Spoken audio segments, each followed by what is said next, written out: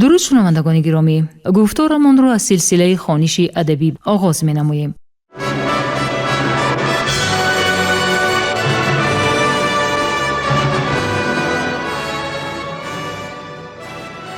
با توجه شما سلسله کتاب کسینافونت تحت عنوان کروشنامه در ترجمه، تحریر، سرسخن و توضیحات دکتر علم‌های فلسفه پروفسور رمضان نظریف در قرائت کارمند شایسته تاجیکستان علیزاده عبدالرشید خوجمقل تقدیمتان می‌گردد.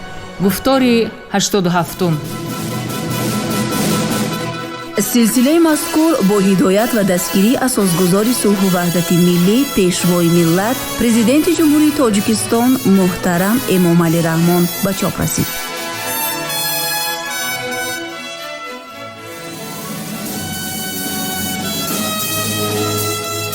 کروشنامه اثری است که تربیه سرلشکر و حاکم آرمانی مردم فارس را در دوره هخامنشی‌ها تصویر می‌کند. آن همچون رمانی تاریخی، ترجمه حالی و دستورنامه اداره کنی و راهبری تعبیر می شود.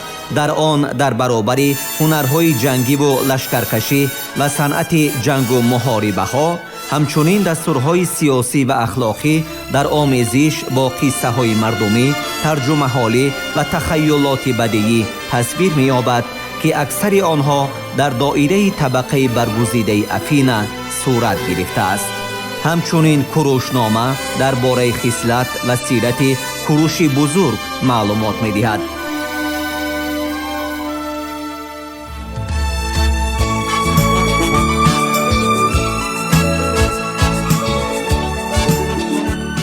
کسینافونت و کیراپیدیا، کروشنامه او.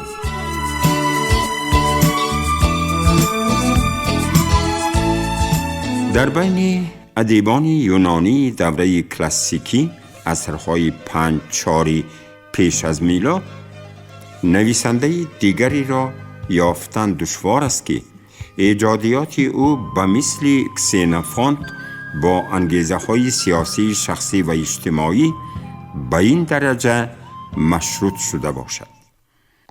این انسان عمری دور و دراز، قریب 1 عصر، سالهای عمرش تقریباً 445 355 پیش از میلاد از سر گذرانده. در تمام چنین سفر طولانیش مانده نشده و فعالانه در مبارزه شدید سیاسی شرکت ورزیده است. در زادگاهش در افینه در سالهای جنگ پلوپونیس و در ارتش زرخریدان که به عمق آسیا حمله بی سابقه انجام داده، صحت و سلامت به ساحل‌های بحری وطن خود به آسیای خرد هنگامی برگشت که در آن وقت جنگ سپارتا با فارس و یونان بلکان آغاز یافته بود و هنگامی که این جنگ با مبارزه بین همدیگری دولت‌های یونانی پیچیده تر گشت، در همه جا این افینگی پرغیرت در عین جوش و خروش حادثه ها حضور داشت.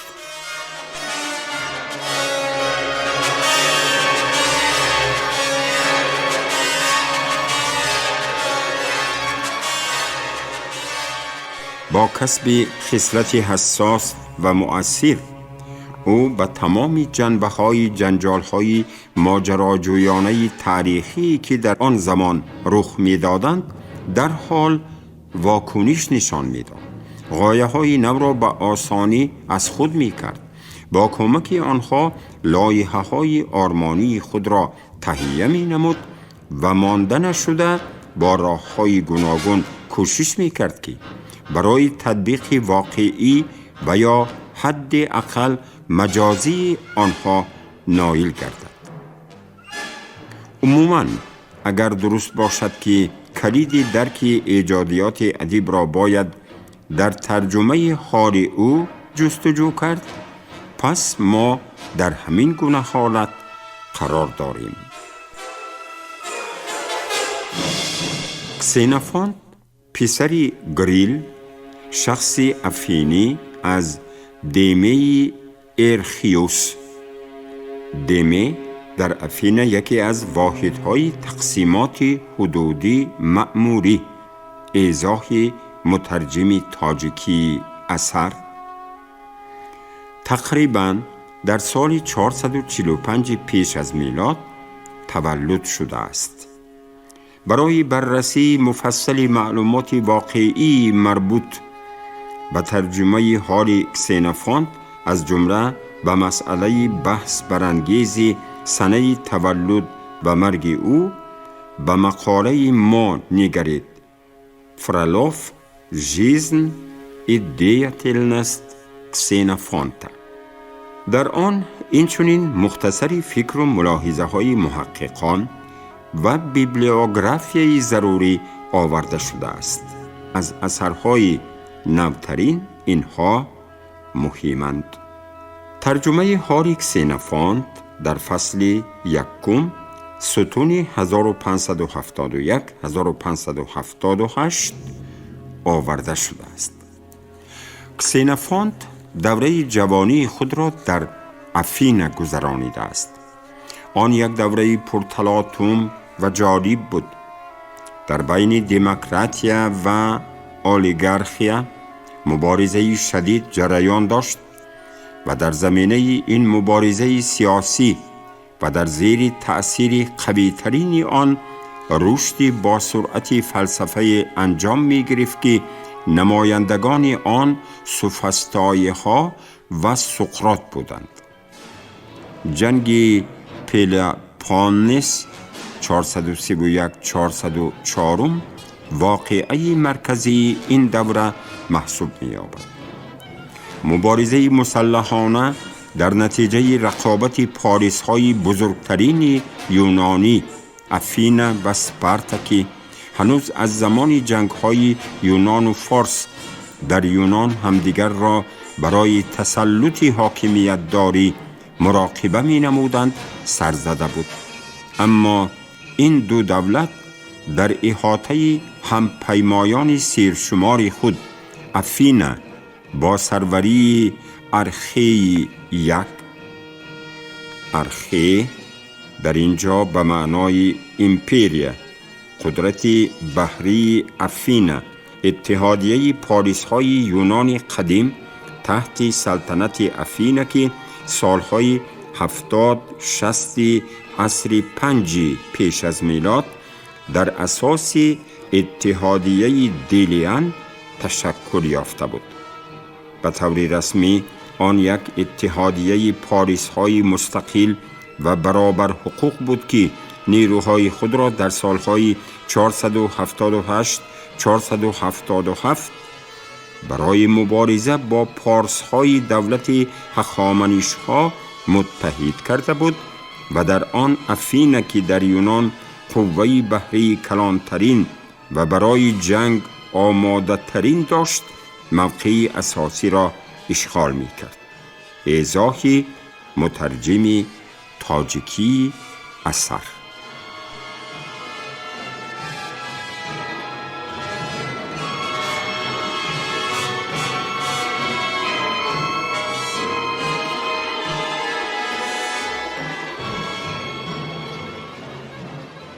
اما این دو دولت در احاطه همپیمایان سرشمار خود افینا با سروری ارخی یک، افینا و اسپارتا با سروری لیگ پلوپونس به مبارزه برخاسته بودند و جنگ به زودی خصوصیت عمومی یونانی گرفت.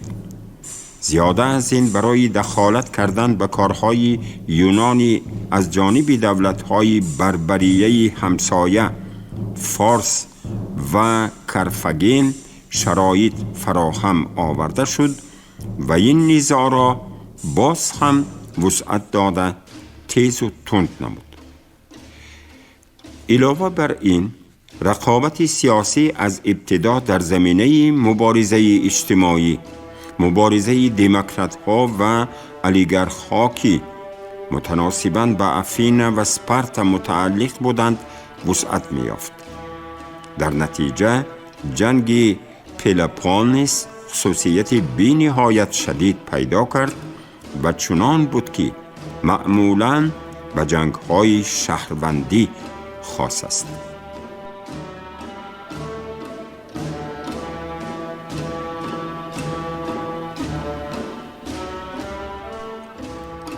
جنگ پلوپونس سالهای طولانی کشال یافته قوه شهر دولت‌های یونان را خیلی ضعیف و سست کرد.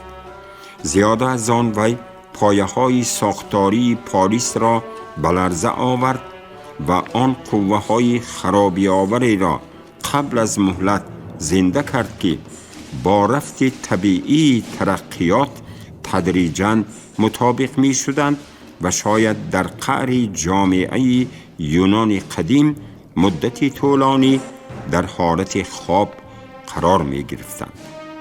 جنگ با تمام وزنینی خود به دوش مردم عادی افتاده، افزایش دو قطبی کمبزاعتی و ثروت را انگیزه بخشید و موازنت اجتماعی را در جامعه های شهروندی ویران کرد. آن ناقابلی افزاینده دولت‌های پاریس را در زمینه نزاع مسلحانه طولانی نشان داد.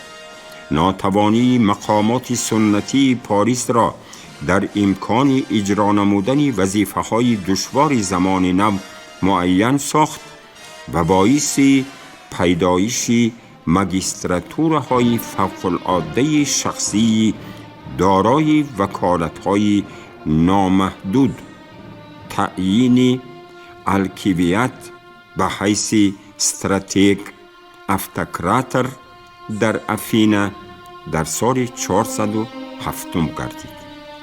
نهایت با نشان دادن وابستگی پره پاریس های خرد از پاریس های کلان و این آخرین ها از اتحادیه های از جانب خودشان سازمان داده شده و دولت های همسایه، جنگ پلوپونس استواری چنین اساسهای حیات پاریس را به مانند افترکیه و افتنامیه که خود تأمین کنی اقتصادی و هستی مستقل سیاسی داشتند زیر شبهه گذاشت.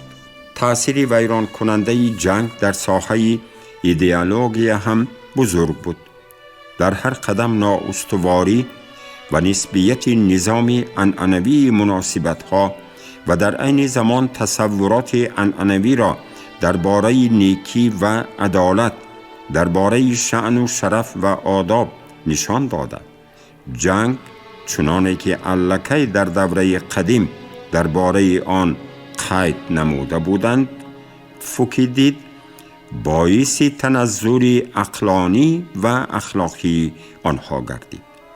هر قدر آن طولانی تر ادامه می یافت، همان قدر زیادتر هم اشخاص الهیده و هم دولت‌های بتون و پرینسیپ‌های عنعنوی و معیارهای اخلاقی نفرت داشتن خود را بیشتر نشان می‌دادند و با همین باوری عمومی را به آنها سست می‌کردند. اگر خیانت‌های چندین کرته الکیبیت شهادت می‌دادند که شخصیت قوی تا چه اندازه خود را با پیوندی و تصورات درباره وطن دوستی پاریس احساس می نمود، پس سهولتی که با آن دولت افینا این خیانت ها را عفو می کرد خوف و خطری کمتر نداشت.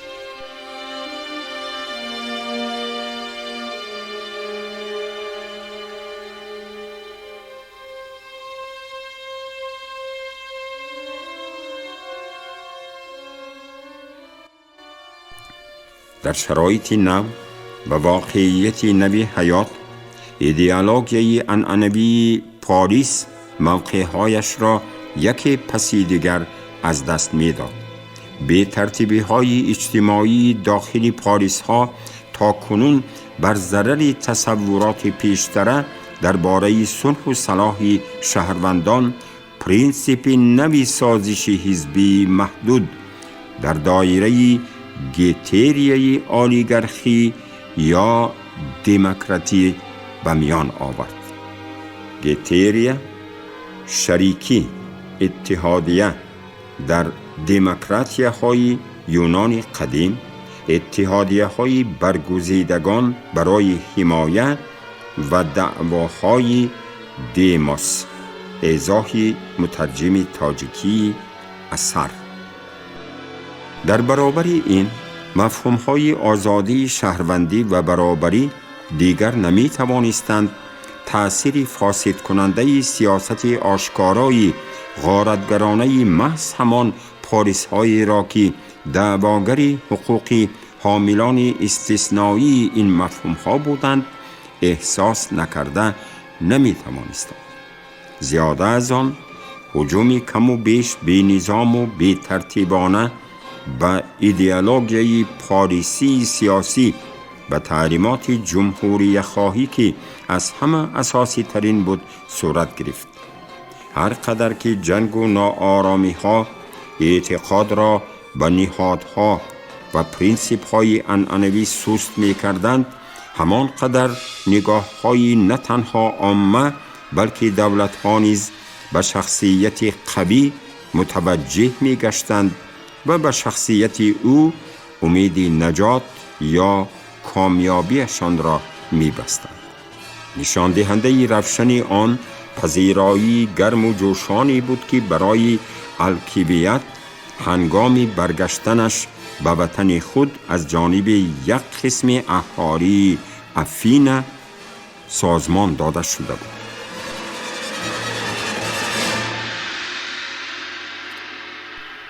نشان دهنده روشن آن همچنین توصیه نامه‌ای بود که با آن نمایندگان شهرهای همپیمان و کروش خرد به اسپارتا مراجعت کرده خواهش کرده بودند که لیساندر برخلاف عادت آنها بار دوم فرمانده قوه‌های بحری تعیین کرده شود.